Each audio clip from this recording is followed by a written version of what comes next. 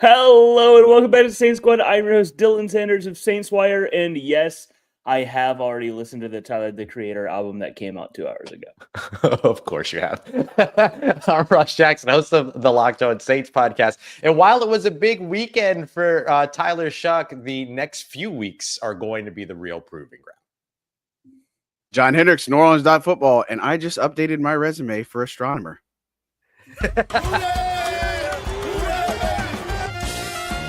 It's the Saints Squad, sponsored by Gametime. Everything New Orleans Saints, every week. Covering all the big hits and game-changing plays from down in the Big Easy, the way only Locked On Podcast Network can. Get ready and squad up. It's the Saints Squad show, starting now. Howdy there, nation, and welcome back to the Saints Squad show, part of the Locked On Podcast Network, your team every day. Thank you for making us your first listen every Monday and Thursday. We have a unique group of experts here ready to bring you a fun and informative show on everything New Orleans Saints. Today, we're going to be diving into a bunch of training camp stuff. Training camp starts tomorrow. It's finally time. We can finally watch these Saints players play football. It's going to be a blast. We're going to go over all of the top position battles and stuff that we need to know. Today's episode is brought to you by FanDuel. Right now, new customers can get $150 in bonus bets when your first $5 bet wins. Before we jump into everything, we do have a ton of housekeeping to get through real quick. A ton. The off-season, what I'm calling our off-season show schedule is over. That's the 7:30 a.m. Mondays and Thursdays that you're Dylan's canceled us. We're over. Debbie Downer over here. But starting up is our training camp schedule. We're going to be going live on Mondays and Thursdays at 9 p.m. Central Time. It's a little bit later, but that's the best time to get all of us here after training camp. Mm-hmm. So we'll get the best information to you, and we'll get everybody here. A full family. We don't have a full family today because Lance Moore went to go see Superman and he forgot to buy the membership at the theater, so he's still in line. He could have just cut the line. He could just say, "I'm Lance Moore. I'm here to see Superman." He could say, "I'm Lance Moore," but no, he's like, "I'm going to see Superman." These days you got to buy your tickets ahead of time. It's a whole thing, but that's what he's doing. He'll be back on Thursday whenever we start our new training camp schedule. It's 9 p.m. During the season, we'll have its own thing. We'll get to that. But again, the main thing, 9 p.m. Mondays and Thursdays live. And then, it's up to you for that. But let's jump into today's... And that's 9 p.m. Central, by the way. 9 p.m. Central. 9 p.m. Central. Yeah. And, of course, you can always catch the replays. Of course, you can always catch the replay in the morning. But for training camp, this is going to be the best path forward over the next couple of weeks. Yeah. But you know what that means? That means football is approaching. Football is approaching. And let's start off with the quarterbacks, because that is, I guess the number one thing everyone's going to be looking forward to. Yeah. And Ross, start us off with your prediction for who's going to win the starting quarterback battle and training camp. And tell me if it's influenced at all by the latest contract that they signed. Yeah. Great question. I'm convinced that it will be Tyler Shough week 1. But I don't think that it has anything to do with the fully guaranteed contract. As many of you are aware, there was a new sort of precedent set around the NFL, thanks to Houston Texans and Jaden Higgins. Absolutely deserved. Awesome. I'm very pro player, so this is great. The second round, first time we had ever seen in the history of the NFL a second round contract be fully guaranteed. That was Jaden Higgins' contract because he was pick number 34. Pick number 33 automatically also got that because the precedent was set. And I'm sure that the Browns are very happy to give Carson Swessinger, who's going to be a phenomenal linebacker in the league, I think, a fully guaranteed deal as well. Then for weeks and weeks and weeks and months, there was all this sort of banting about who was going to get fully guaranteed deals and who weren't, and all these other things. And eventually, like 30 picks, 33, 34, 35, 37, 38, and 39 all got fully guaranteed deals. The one exception is 36, Quinshon Judkins, because, well, he got arrested. And so that's probably not going to happen for him. And now at pick number 40 was Tyler Shough, the only quarterback in the second round, the next person in line, all those other things. And so he, of course, got a fully guaranteed deal. But in classic New Orleans Saints fashion, he didn't just get a fully guaranteed deal. They also built in some things like roster bonuses into his contract for the first time for any second round pick. So, of course, the Saints finding new ways to be creative in the midst of a new kind of precedent. So the real conversation, and a lot of people took this conversation as, well, you're either giving him a 100% guaranteed contract or you're not giving him a guaranteed contract. And so they were either 100% or 0%. And it's like, no, that's not really the conversation. The conversation was really kind of always, you're either getting a 100% guaranteed contract or you're getting like 92% of a guaranteed contract, right? Or you're getting 92% guaranteed. So that was a difference of like $800,000. And so it just made sense to give him a 100% fully guaranteed contract, just like everyone else ahead of him got. It's the press. Yeah. That's what you're doing it for. This was not Tyler Shough standing in Mickey Loomis's office, yelling and screaming at the front office saying, give me a fully guaranteed deal. This was a previously negotiated CBA contract that doesn't go up for, renegotiation until 2031, unless they add the 18th game. And then that's kind of all that this was. So I don't think that it's tied to that. I do think that the fact that they drafted him 40th overall, and that he's the highest drafted quarterback since Archie Manning in the earnest NFL draft as opposed to supplemental draft is an indicator. And I do think the fact that he's Kellen Moore's guy is an indicator. And so I think that those are the reasons why it's going to end up getting to why things are going to end up with him being the number one or being QB1 week one.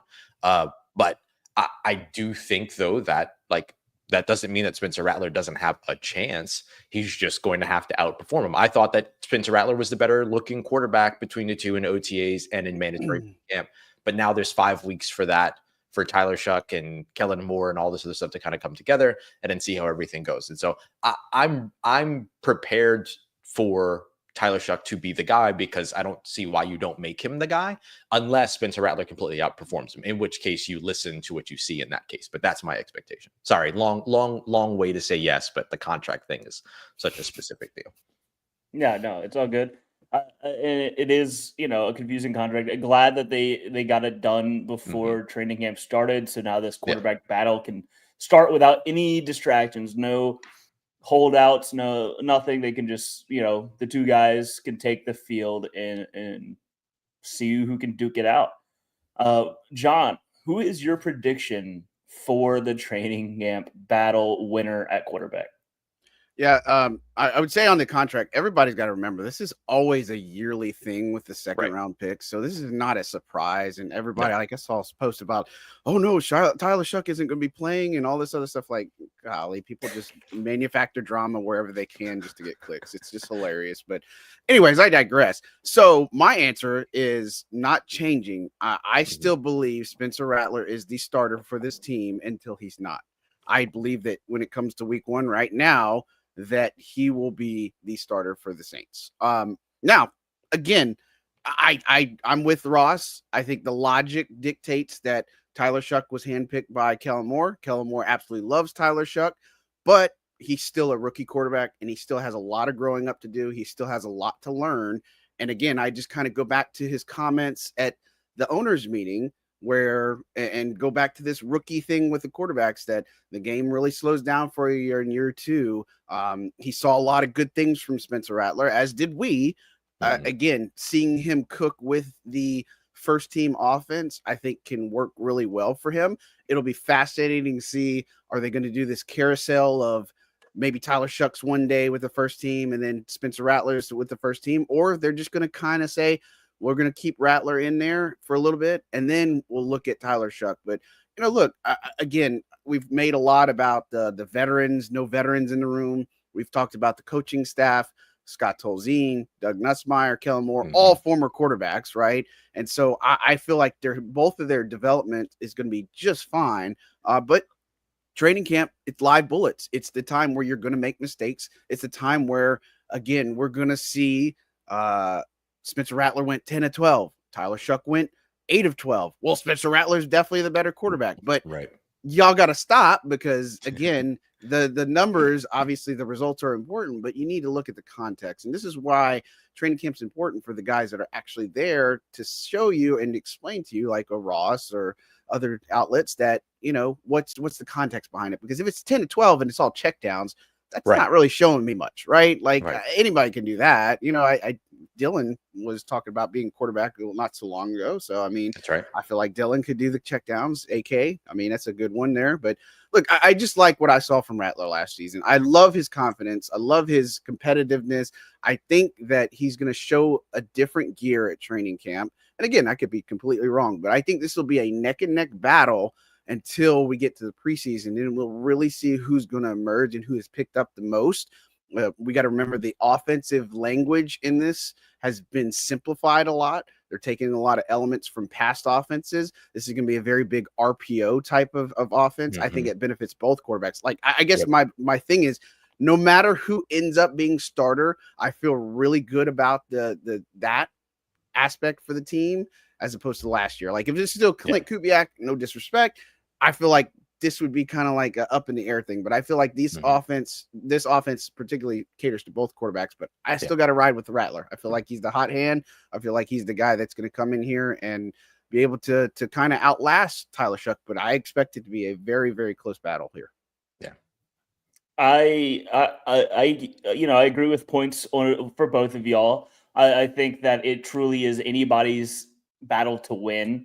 I just think that it's heavily weighted towards one guy, and I'm still gonna stick with Tyler Shough as my pick to be the starting quarterback. I feel like, yes, Spencer Rattler, deserves a shot, and he's gonna get this shot, but he has to be 100%, no doubt about it, better than Shough, in my opinion, to win this job. And I think that Shough has done enough in the off the field stuff, working with Cooper Rush. Building the connection with the city, building the connection with his players, that I think that he will do enough in training camp to have Kellen Moore be like, hey, this is our guy. We invested the second round pick. This is, the first guy of this tenure. And I think that there's no reason to waste time. And, not that going with the Rattler would be a waste of time, but no. I feel like they just view, let's get started on our tenure, on our era with our guys. And Shough has done enough that I think he can at least win the job in training camp in terms of being that much better or even not that much worse than Spencer Rattler in training camp. Yeah. I think that it's going to be an even battle, but I think Shough comes out on top. Yeah, I think the chips are just kind of stacked against Spencer Rattler. Like when I say, and I think the same for you, Dylan, when we say that we think Tyler Shough is going to be the starter week 1, it's because that's who we think the Saints are going to choose. It's not necessarily who we might choose or who we would choose by the end of all this. Like if I had to pick a quarterback right now, based on what I saw during OTAs and mandatory minicamps, I would pick Rattler.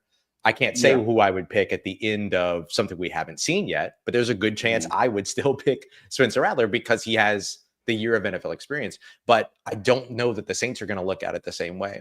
And Dylan, I think one of the things that you brought up is probably the most important thing of now this team will likely be looking at how do we start with what we've invested in and everything. And then that's like that turn the page and begin the new era kind of a thing. I will say this though, and I'm curious what both of you guys think about this.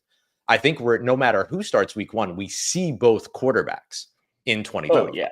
100%. Without a doubt. Yeah. That's what I'm going to be interested in is like whoever starts may not like, what is the patience level, right? Like, I think that's the biggest thing for me is, okay, because we saw it even last year, like, when they start with Jake Haener, then Spencer Rattler comes in, or Spencer Rattler was there, he gets hurt, and they put him in Jake Haener, and like, I would love to see continuity. I'd love to see, them stick it out. But at the point of, I think this year, like the Saints aren't a team of expectations, right? Like I've seen 4 wins, 5 wins. We all talked about it on the show, past episodes, all this other stuff. But again, what is the test going to be? And I'm not to jump the gun, but this is why this defense has got to be better, right? Much better, right. Because you got to take that pressure off whoever is playing quarterback. You need to establish a run game. You got to get this offensive line right. Like this is not just about who plays quarterback. Like there's so many other factors for this team to fix.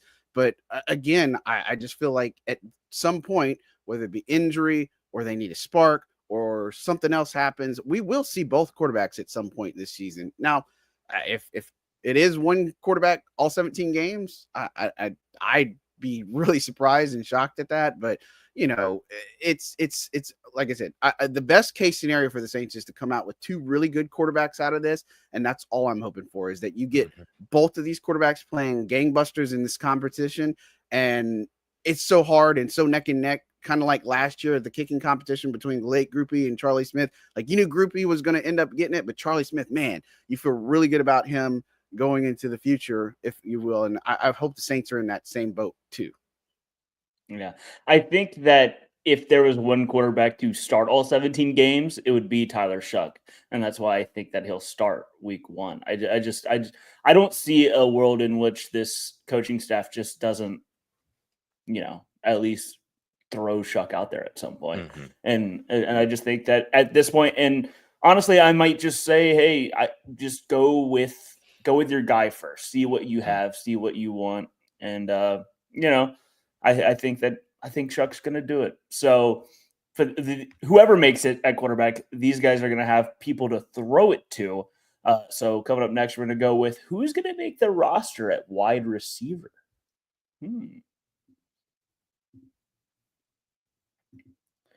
Summer sports are in full swing, and whether you're all about baseball under the lights, golf on the green, or high-stakes soccer action, FanDuel is the best way to make every game even more exciting. You're already following the action. Why not make it a little bit more thrilling? With FanDuel, you can get in on the game while your friends are getting sunburned at the beach. Right now, they're doing a profit boost called the 5 days of dingers. I don't know about you. Who doesn't love a good dinger? I love a good dinger. It means you get 50% profit boost on any home run bet. Any dinger that gets hit that you bet on, 50% profit boost. As for today's games, my favorite is Christian Walker at plus 520. He's headed back home to Arizona and will look to set the tone against his former team. And so, let's get Walker a dinger and, make some money off of it. If you're new to FanDuel, new customers can bet just $5 and get $150 in bonus bets if your first bet wins. So open up the FanDuel app or visit FanDuel.com to get started. That's $150 in bonus bets if your first $5 bet wins. Cash money.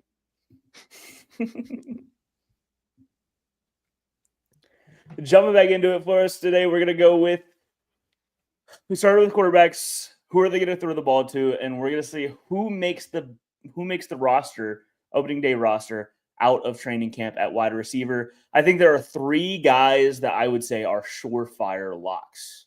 And there might maybe 4 if you count Cedric. It depends on how you feel about Cedric Wilson. But, you got Chris Olave, Rashid Shaheed, and Brandon Cooks.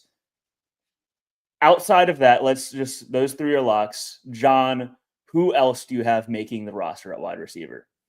Yeah, I think Cedric Wilson Jr. is somebody you have to include in this conversation. He's played previously with Kellen Moore. He's a guy that has a lot of the run blocking and stuff. So I have to give him a spot. Like, I think he can excel and be something extra in the slot for this team. I think he can do a little bit of everything for him.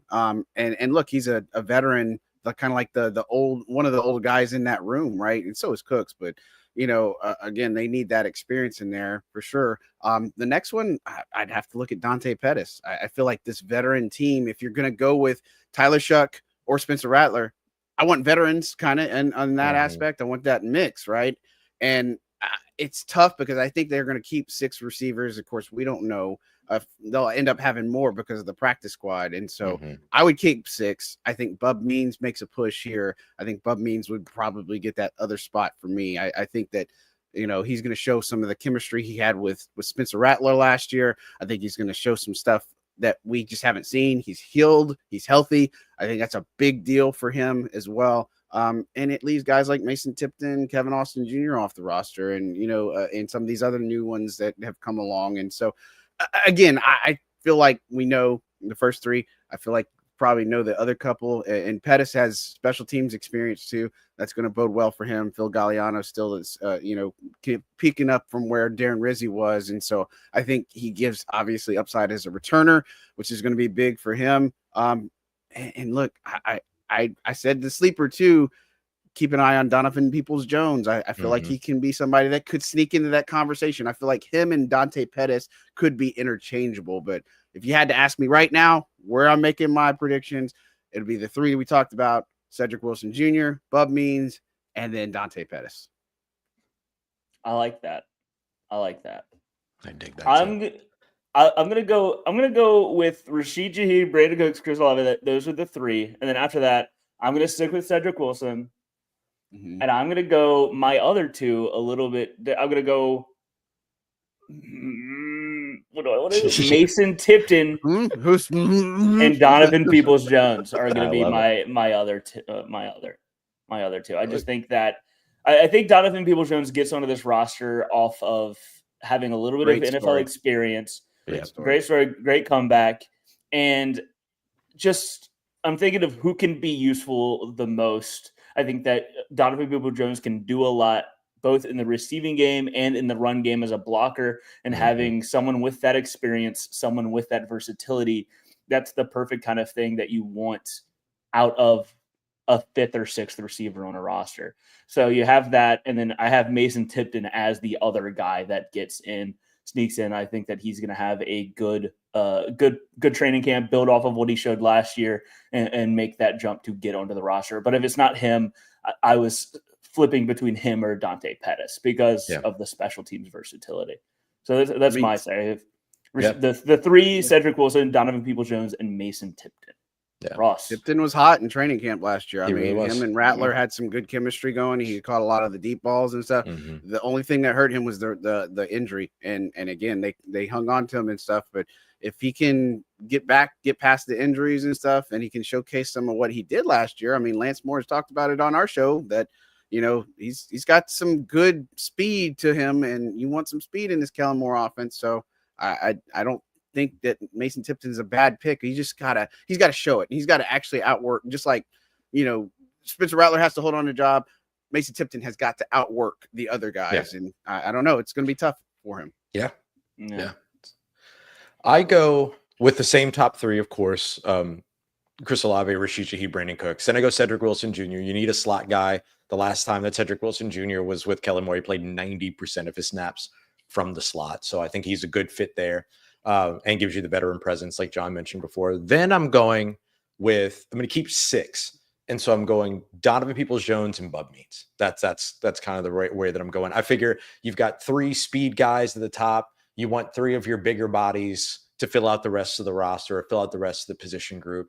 I feel like all three of those last few guys are 6'1", 6'2", and give you a little bit of a physical or physicality, give you a little bit more physicality at the position, while Bub Means is kind of a blend of both. He's got great speed, but also is very physical, will kind of do anything that he needs to be asked to do on a football field, really. And so I think that you want that kind of eagerness on the roster as well.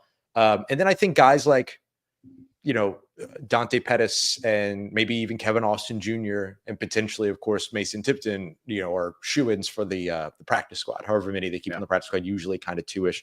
It's hard to kind of pinpoint what's going to happen in terms of how many wide receivers they're going to keep, but no coach is going to come in with a predetermined number, right? Like the number of players that earn their way to the roster will land on the roster. So over the last 2 years in Philly, 5 wide receivers in the initial 53, Chargers 5. But then the last year that Kellen Moore was with the Cowboys, they kept 8 wide receivers. So it's like it just kind of depends on who stands out and all that other stuff.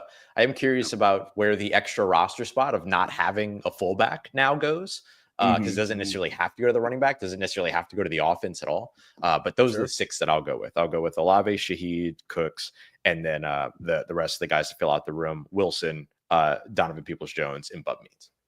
And everybody's got to remember too, with Pettis and Peoples-Jones, I mean, they're veterans, so even if they don't make the roster, they can be easily put back on the practice squad. Now, guys like Mason Tipton, Bub Means, if they got cut, they got to go through waivers, so that's obviously a thing, and everybody else is susceptible to it. But if you're strategically putting the roster together, we've seen it in the past where they'll maybe put somebody there especially if there's injuries and stuff, you have to have them there and then place them on IR, and then you get somebody from the practice squad. I mean, that's the game. I don't say manipulation, but that's kind of like the roster management side. So, I mean, everybody's got to remember that about the veterans. Even somebody like Cedric Wilson Jr. could do that too, but I think he just makes the team too. Yeah. While we're sticking on the offense and pass catchers, let's shift a little bit quickly to tight ends. Mm-hmm. Let's go with Ross. Who do you have making the roster at tight end? So I'm going to go with Juwan Johnson and Foster Moreau, assuming that he's ready to go at the beginning of the season. He could be, they have the thing at roster cuts now where you could put 2 players in injured reserve just for like an actual injured reserve thing. So maybe he could be one of those guys or whatever. But it depends on if he hits the football field during practices or not. But he seems like he's a little bit further along than maybe we might have expected just with the way that he's been involved. So we'll see. I think Taysom Hill probably starts on like PUP or something like that. Yep. So he'll be around, but I'm not putting him on the roster, but he would be a part of it on an injury list. And so with that aside, Juwan Johnson, Foster Moreau, and then I'm going Jack Stoll, who I think makes the roster. And then we're just going to throw in a whole wild card here. And I'm going to say that the Saints should go after Noah Fant. They really should. Ooh, like, there's no reason. Yeah. There's no reason not to. I don't know that Noah Fant signs because he might be able to get a better and more immediate opportunity somewhere else. He'd still be behind Juwan Johnson. If Foster Moreau is healthy, he'd be behind him too. But man, just a mismatch nightmare. Like, I would throw him on there. If there's no path for Noah Fant here to New Orleans, then I'll go with Dallin Holker, who can kind of play this like versatile Y move type tight end. Or F move, type tight end and everything like that. So that's the way that I'll roll with that. I love the Fant pickup. Yeah, I love that. You've been a big Fant fan for a while. Yeah, we called it the Fant Club back in the day. Fant Club, Fant Man. We didn't call it that. Fant Man and the Wasp. It was me and the Iowa fans. Noah Fant was awesome. The famed friendship between Dylan Sanders and Iowa fans in general. John, who do you have making the roster at tight end? Yeah, look, and Ross talked about it, about the fullback position. So that's why you got to put somebody like Jack Stoll in there. I think Jack Stoll is going to double as that fullback, and if you will, I mean, in theory, but I feel like that's where he's going to excel in the run game. Has familiarity with TJ Paganetti, so I think that's going to help him as well. And so Taysom Hill is going to start on PUP. Like, there's virtually no chance that he's going to be around and playing in training camp. So that's obviously given. They said Foster was going to be ready for training camp. I don't know how quickly he's going to get onto the field. And so the only real certainties are Stoll and Juwan Johnson. I think Foster obviously should be on the final roster, but this is the kind of conundrum. Do you keep a 4th tight end? And if so, that could be a Dallin Holker. That could be a Noah Fant. That'd be interesting. Look, we talk about Michael Jacobson. He had the great training camp last year. Can he make something of this? They pick up a couple of the guy from XFL or Seth Green, UFL and stuff. Seth Green. Yeah, he's not Family Guy Seth Green. And they got other ones, Trayton Welch from last year. I mean, this is an area where, again, you talk about a little bit of, I don't say concern, but I have some question marks when it comes to the tight end position. And look, they need to be in the business of adding to that roster and getting some weapons. And look, Juwan's going to be again, we talk about the wide receiver being important. The tight end is also going to be whoever plays quarterback, their best friend, like their security blanket. And Juwan's in for a pretty big season that we all feel like. And so Holker, when I did my 53-man roster prediction, he just kind of missed the cut for me. But if they can just use him and try to get him, because I think he's got a lot of talent. I just don't know where it's going to exactly fit in Kellen Moore's offense. And again, if they're going to be run heavy, Moreau's the better blocker, Stoll's the better blocker, and Juwan's your receiving threats. But I'd say 3 to start, and then Taysom's going to start on PUP. I mean, he's probably at worst or best case, maybe like November is probably what I'm looking at and kind of what I'm hearing. Mm-hmm. Ross knows that if there's one thing back in college that I liked more than Noah Fant, it's a UCLA tight end. And so I'm a big fan of Maliki Mataval and what he could do. Because I want to put as much emphasis as possible on this word putrid UCLA offense last year. he was able to break out and be that reliable guy. He led the team in receiving as a college tight end, which is not easy to do. He had 500 yards. Right. That's a very solid season for a tight end in any offense. But to be able to do that and be that guy in an offense where your quarterback was Ethan Garbers, I think is pretty impressive. And so in a team that needs another guy to step up as a receiving threat, I like him as a guy that can come in and win a job in training camp and be a part of this offense early on, because they're going to need it. Huge for him. That'd be huge for him. Yeah. I feel like he has the biggest uphill battle of any of the drafted rookies. Not because of anything about him, just like look at the position group, right? Like the position group is so feels so set as it is and everything. Yeah. And so like him being able to come in and immediately get to that point. And he's also a really good blocker. Like when he was at Oregon before he transferred, like that was his role. It was a blocker. And so that's usually what keeps young tight ends from making an impact, is that they're learning protections and all this other stuff. And so, yeah, that would be dope. Yeah, and the thing about Holker is he's been dealing with an ankle injury for a while now. Like, I mean, he wasn't totally, I don't want to say healed, but like he was dealing with it last year. He was dealing with it some in OTAs and stuff. So he's another one that's kind of like a little bit of pressure on him to be out there. But that ankle's been kind of bothering him since last year and stuff. And I mean, I hope that he can turn it on. But I say that to say a guy like Maliki Matavao could potentially pole vault himself into the conversation if he's just simply available a little bit more too, that, you know, good practice squad consideration over somebody like a Dallin Holker. Yeah, I like it. So we talked a little bit on offense, some pass catchers, some pass throwers. Coming up next, we're going to switch over to the offensive side and start at cornerback, because I think there's a lot of fun discussion to have over in the cornerbacks play offense. We're going to switch to the other side. You said offense. Okay, well, my bad. All right. It's okay. There could not have been a better time for this ad break.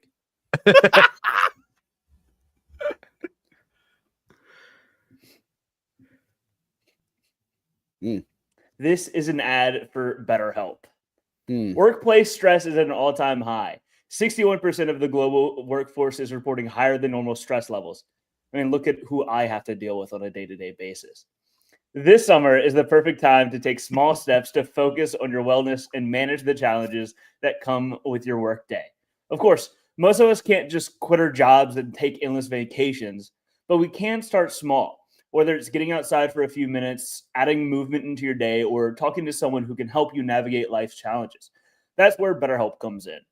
As the largest online therapy provider in the world, BetterHelp can provide access to mental health professionals with a diverse variety of expertise. Unwind from work with BetterHelp. Our listeners get 10% off their first month at betterhelp.com/lockedon. That's BetterHelp, HELP.com/lockedon for 10% off your first month.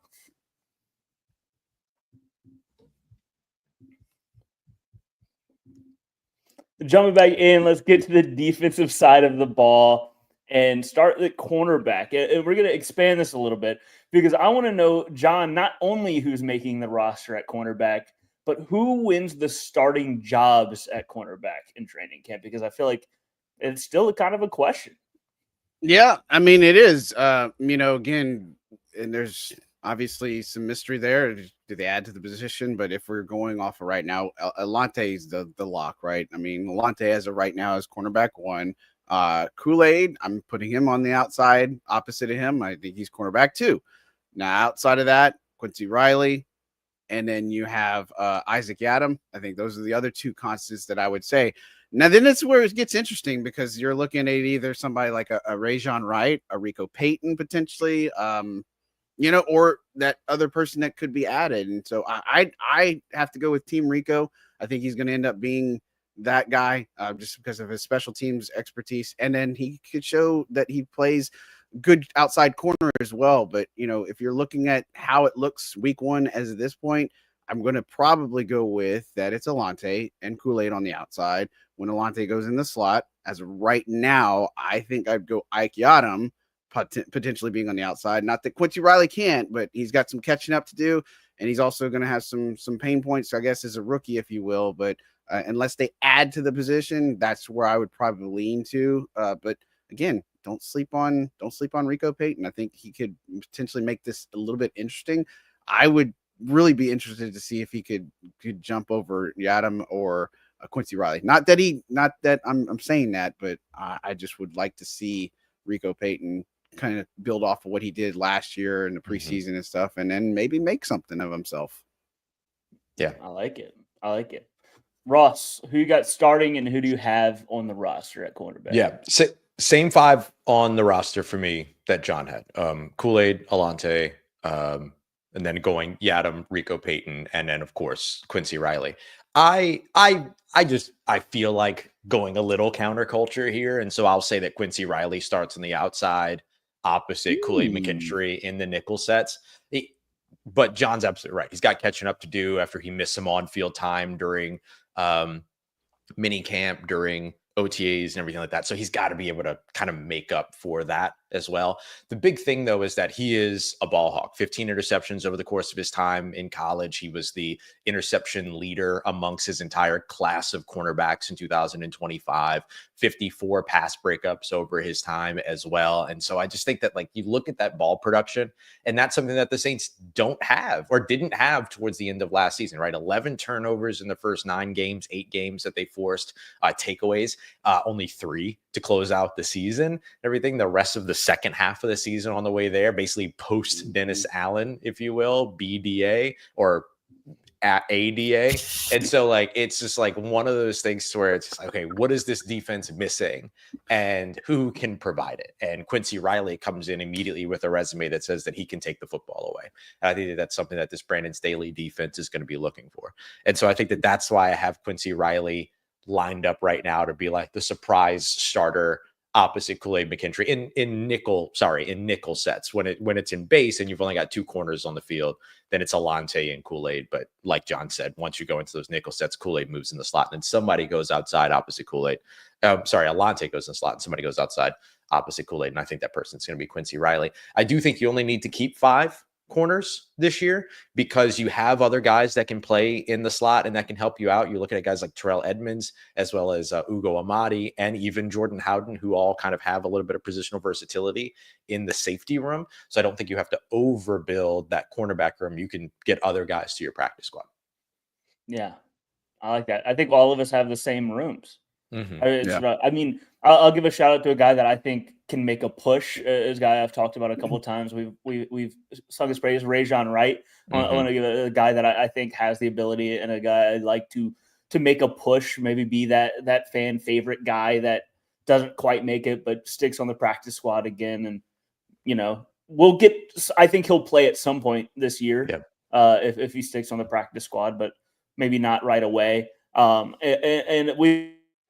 Quincy Riley also, I like him to start. I think that he just brings a little bit of a dynamic presence. Maybe not early. I think the first couple of weeks of the season, I think they'll still go with Yadam, just because he does have some familiarity with the team and has a little bit of experience to lean on. But I think as the season goes on, at some point we'll see Quincy Riley take over that spot in those nickel sets because, I mean, right now the 2 most dynamic players that you have at cornerback are Kool-Aid and Alante, and I think that they are going to be super fun to watch because I really can't wait to see Alante Taylor in this defense. Yeah, yeah. But I think I have the same guys as y'all, and I'm a huge fan of Quincy Riley and what he can do.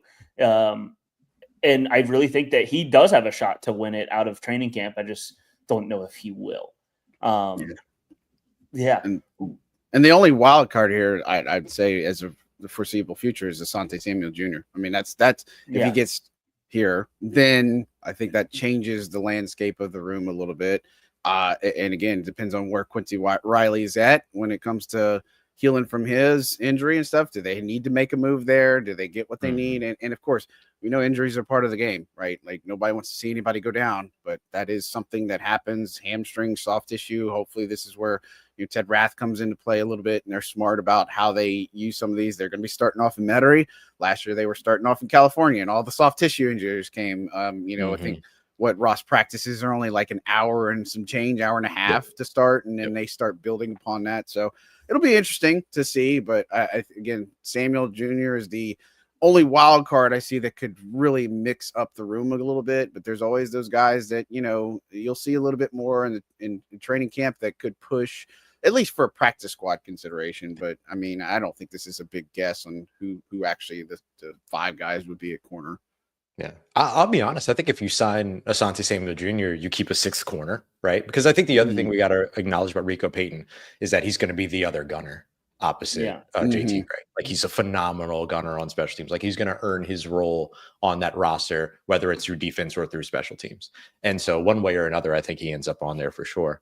And then I think if you sign Asante Samuel Jr., he becomes another one of the corners in your room and effectively kind of backs up Alante at that star role, right? At the least, right? Sure, he could probably earn a starting role or something like that, but he also didn't play football last year for the most part. So I'm not in a rush to say, okay, Asante Samuel Jr. joins, and then all of a sudden he's a starting corner for you immediately or anything like that. Like I wouldn't go that route, but I think that him backing up Asante and Alante, I think I already mixed up once, but him backing up Slante. Him backing up. No, it's great. Him backing up Alante Taylor in the slot in that star role, I think makes sense because he played that role with Brandon Staley in his 2nd and 3rd seasons there in LA. And so I would say like that would be the great value of having an Asante Samuel Jr. is that you have somebody that's played that role before to back him up. But again, you've got Terrell Edmonds, who's also played that role and can, or not played that role, but like knows that role and could back him up too. So there's a couple different ways that he can go. Terrell Burgess. Yeah. What did I say? You said Terrell Edmonds. Edmonds, sorry. Different safety. Yeah. No, 100%. Yeah. Terrell Burgess, who could do that. And so, I think ASHA would be like a really good addition, but I think he's in addition to the room. I don't think he jumps to the top of the room or near the top of the room. So how we do with tight end, let's jump over real quick to safety. Are there any surprises at safety other than Justin Reed, Tyrann Mathieu, Jonas Anchor, Jordan Howden, and like Ugo Amadi? Is that what it's going to be, or is it going to be something else? Do you see something changing in that? Well, JT Gray. Gray is obviously. Did I miss JT Gray? Maybe. I don't know. Yeah, maybe. Well, I think Ugo Amadi and Terrell Burgess, who Ross has talked about, those are the two that could be interchangeable here. Ugo Amadi has always been that guy. It's like just right there on the cusp of the roster, but then he usually doesn't make it and is on the practice squad. Then he ends up playing significant snaps and such later down the road. But Terrell Burgess is an interesting one. I mean, I think from the safety room, again, familiarity with Brandon Staley, I think he has a lot of upside here. I think he has a lot that he can bring in. Again, some of this depends, I think, like for Jordan Howden, like I give him the roster spot. I think he has a lot to unleash. I feel like he's just not been used the right way the first couple of seasons. Like it said, do this the first year, do this the second year. He's had some shoulder injuries. He had to have shoulder surgery on the offseason. So that'd be the only one that I'm like, I don't know that I can 100% say. I know he's been playing the personal protector and punting unit, not that that's going to guarantee a roster spot, but I think he's got a super lot of talent here. It's just, can they put him in the right position to succeed? Because I think he's got the know-how and the knack to do it. But that'd be the only one I'm a little bit concerned about at this point. But, with Ugo Amadi and Terrell Burgess, I think those three could be potentially interchangeable. But I got to have Howden on my final roster personally. So, yeah. I'm kind of in the same boat. Like, who the top 2 guys are. I think Sanker, of course, is a draft pick. Makes the roster. JT Gray is a lock, at least right now, assuming he stays healthy, right? Like JT Gray has had some injury concerns over the course of the past few years and everything like that. Like we should acknowledge that, everything. But he's also, right now, a special teams captain, one of those guys that's rolling over into another year of that. I could see that happening. And then Jordan Howden, and then I would go with one of those other 2 guys, right? Terrell Burgess or Ugo Amadi are the 2 that really stand out to me. I don't think I missed anybody that I meant to include there. And so I think that that's where you go. And I think you keep 6 safeties if you're keeping 5 corners, because some of those safeties are interchangeable and can play a little bit of that like inside corner and stuff like that. So it just gives you some of the versatility there. You're getting a lot more versatility from your safety room than you're getting from your cornerback room, but that's fine, right? Like that's okay. And so, and I think some of those guys can back up Alante in the slot to play that star role. Yeah, I like it. Well, we've talked a lot about pass coverage. Coming up next, we're going to go with some pass rush. See who can stand out at defensive end.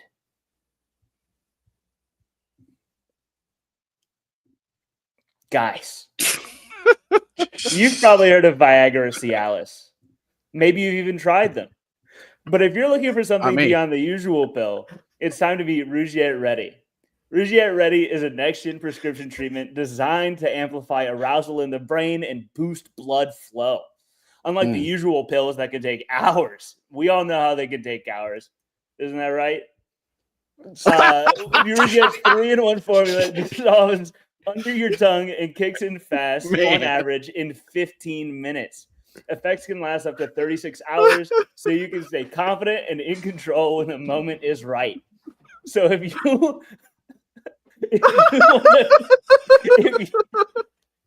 you want to feel like I did when I heard that the Hall of Fame game is 10 days away, head to Rugiet.com/LockedOnNFL and use code LockedOnNFL to get 15% off your first order. LockedOnNFL for 50% off. Individual results may vary with prescription treatment. Compounded drugs are permitted to be prescribed under federal law. Please visit the Rugiet website for full safety information and ask someone about how they feel about it.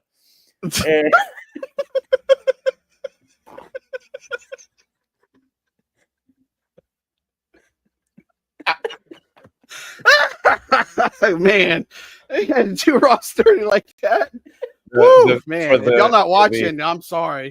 For the audio listeners, the gag there was that Dylan kept bringing me up full screen throughout that ad. Oh, man. And there were certain references. That was awesome. Oh, man. That was a hard segment to get through. Pun intended. All right. Now that we all have our Rugiet ready, let's talk pass rush. And talk about we know that we have, Chase Young, Carl Granderson at defensive end. Those are going to be the guys, the main pass rush people. Who else besides them on the roster is going to step up and make an impact? Because I feel like that's the big word at defensive end and in the pass rush is impact, because they just didn't have it last year. Who's going to be that guy? Let's start off with John. Yeah, I mean, the question mark is Isaiah Foskey, right? Can he do anything?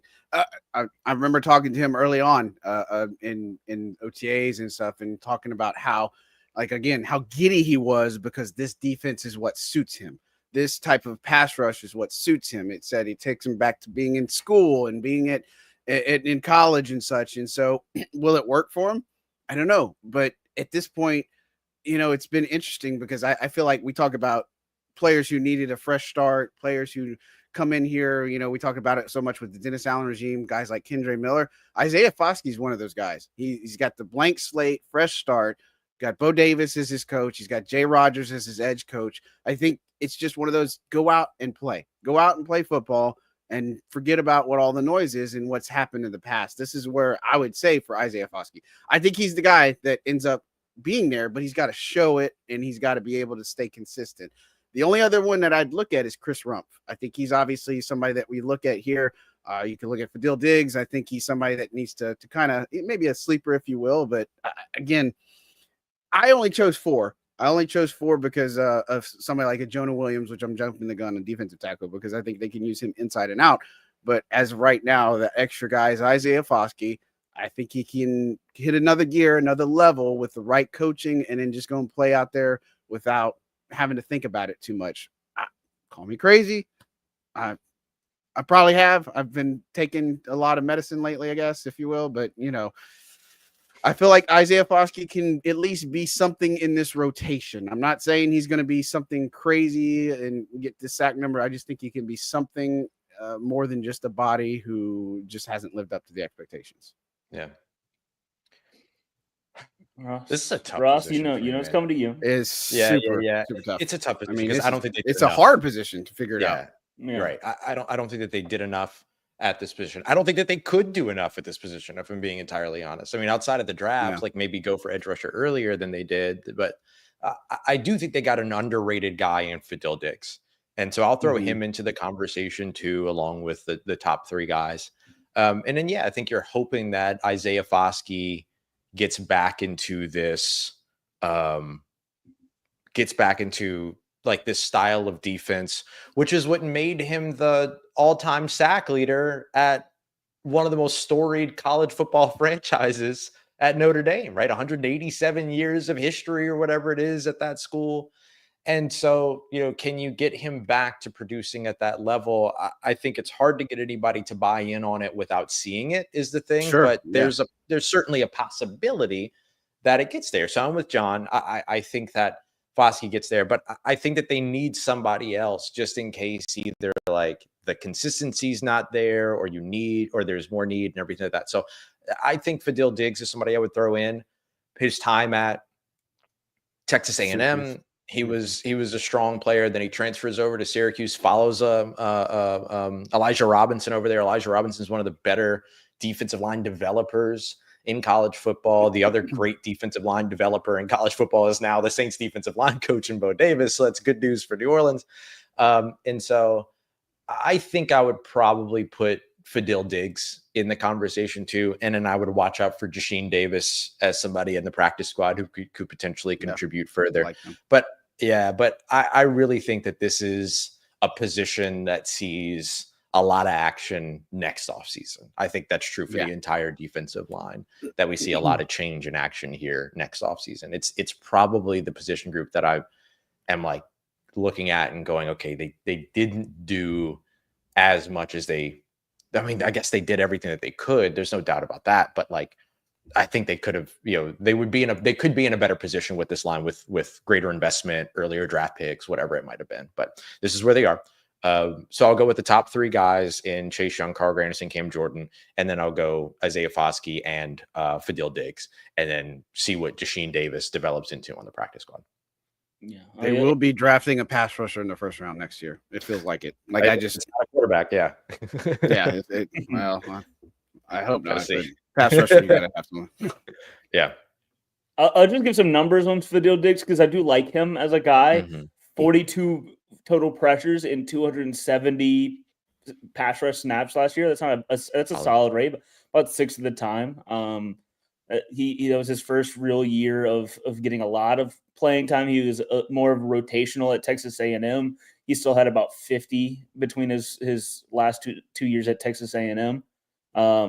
He can get the job done. I'll give a shout out to a guy that I think might make the roster out of pure just like he's a body there. Chris Rumpf. At least he'll stick around on practice squad. Just that's a guy that Brandon Staley knows. He never really did much in Brandon Staley's defense, but I mean, there's a reason Brandon Staley brought him around to help learn this defense. He knows it. I liked him a ton coming out of college at Duke, and I always thought that there was more that he could do than what he did do in the NFL. So maybe now that they need another guy, because it's just we can only say it so many ways. They just didn't do enough this offseason at pass rusher. And maybe they talked about building from the inside out. They built on the interior of the line more than they built the exterior of the defensive line. So maybe next year they'll worry about the pass rush because they do have Carl Granderson, Chase Young, and Cam Jordan. Those are three guys. I think that it was less of a need to get a fourth guy in that room. Knowing that you have Chase Young still around or bringing him back, than they did. And they added Devon Godshaw and stuff in the middle. I think the middle is good. They still could add another guy next year. We'll see how Vernon Braun works out. Who knows? The defensive line is far from a finished puzzle. But I think that there's just a need to have those other guys. So I think Chris Rumpf is a guy that could make the roster just because he knows the defense and knows what to do. And just expect to hear his name a lot in terms of like practice squad, bottom of the roster guy at the defensive end. Are there any any defensive tackle guys y'all think could break out and make their way onto the roster? I love the addition of Jonathan Bullard. Yeah. We didn't even talk about him. That is a late ad. That is a later ad, and that's a big one. That's a big one. Yeah, 6'3", 290, can play anywhere from that 1 tech out to that 5 tech role. So you're looking at a guy that plays in what is now the 3-man interior defensive line, heavy air quotes and all that. But, the ability to kind of play in between all that. And then he's a guy that him and Devon Godshaw, so there's a metric you can use that tracks the amount of defensive snaps a player plays and contributes by making a tackle on a run play, right? So it's like it's like the percentage of run defense snaps that they play and how many times they end up making the tackle on those. And I filtered that all the way down to like running backs only. So not QB scrambles or like reverses and all the other gimmicky stuff, but running backs only. Devon Godshaw would have been number 1 on the Saints last year by like 4 or 5%. And then Jonathan Bullard would have been number 2 on the list amongst interior defensive linemen. And so I think like you look at where these guys struggled last year, 31st in the run game, yards before contact, they were one of the worst there. Success rates, they were one of the worst there. Defensive success rate, they were one of the worst there. And so you see kind of like where they went and invested on the defensive line. You could see that was a big part of what they focused on, was stopping the run. And so while the pass rush we're still looking at going like, I don't know, kind of waiting to see how it all comes out. Like you can immediately see already how the investments, or you can immediately see the investments now that have been made to helping out, on the run defense side. And so I think that's what those guys, I think, end up competing for roster spots. I think Vernon Broughton competes for a roster spot too. I think really the only guy that's safe that's coming back from last year, I'm trying to think very well as I say this, but like Brian Brzee is the most safe, right? There were a couple of restructures and redone contracts and things like that, but I don't know. I don't, based on what the NFL has proven it's willing to take on in terms of dead money for quarterbacks, I don't know how I feel about like, just because a contract got redone, are you really going to stick around for, are you safe? You know what I mean? So I think everybody's got something to compete for on the interior. Yeah. Maybe go ahead. Dylan. I was going to say, maybe I'll phrase it differently, John. Who does Jonathan Bullard push off the roster now? Because I think that this is a guy that I think certainly should make the roster in terms of who they have. I think that you're looking at, it's either a Colin Saunders or a Nathan Shepard. I think those are the two guys that you would look at, and again, that's why I was looking at that is this goes back to what we talked about this quarterback. The defense was poo garbage last year. I mean, let's just call it for what it is. Whether it was scheme, whether it was the coach, whether it was coaches, it doesn't matter right now, because they have to be a better unit in order for this team to have a chance, especially with a young quarterback and new offense, a new coach. They've kind of got to go find and be the bread and butter of this team. I think they have to lead the charge, not the offense. I know that sounds silly, but I feel like this is, if they want to accelerate this rebuild plan, they have to hit on the quarterback, obviously, but their defense has just got to be better. And again, you look at the pass rush, I don't know that you can say it's better. I mean, you've changed the coaches, you have this different or same players. Is that going to lead to something different? I don't know, but on the interior, you did add some talent. You did trade for Devon Godshaw. You did add to that position. So I feel like, at least on the interior, the focus and the way Brandon Staley's defense is and this attacking philosophy, he's got guys that should be able to eat the blocks to allow other players to make plays and be able to be a little bit more successful on the run. Now, when it comes to mobile quarterbacks, that's going to be a little bit of a different animal, I feel like, in some aspects. And so I think Bullard would push a Nathan Shepard or Colin Saunders. I think Colin Saunders has a spot on this role. Nathan Shepard, it's kind of interesting because we talked about Isaiah Foskey, and we've talked about how defensive players just not being used the right way, like Zach Bonds or other ones.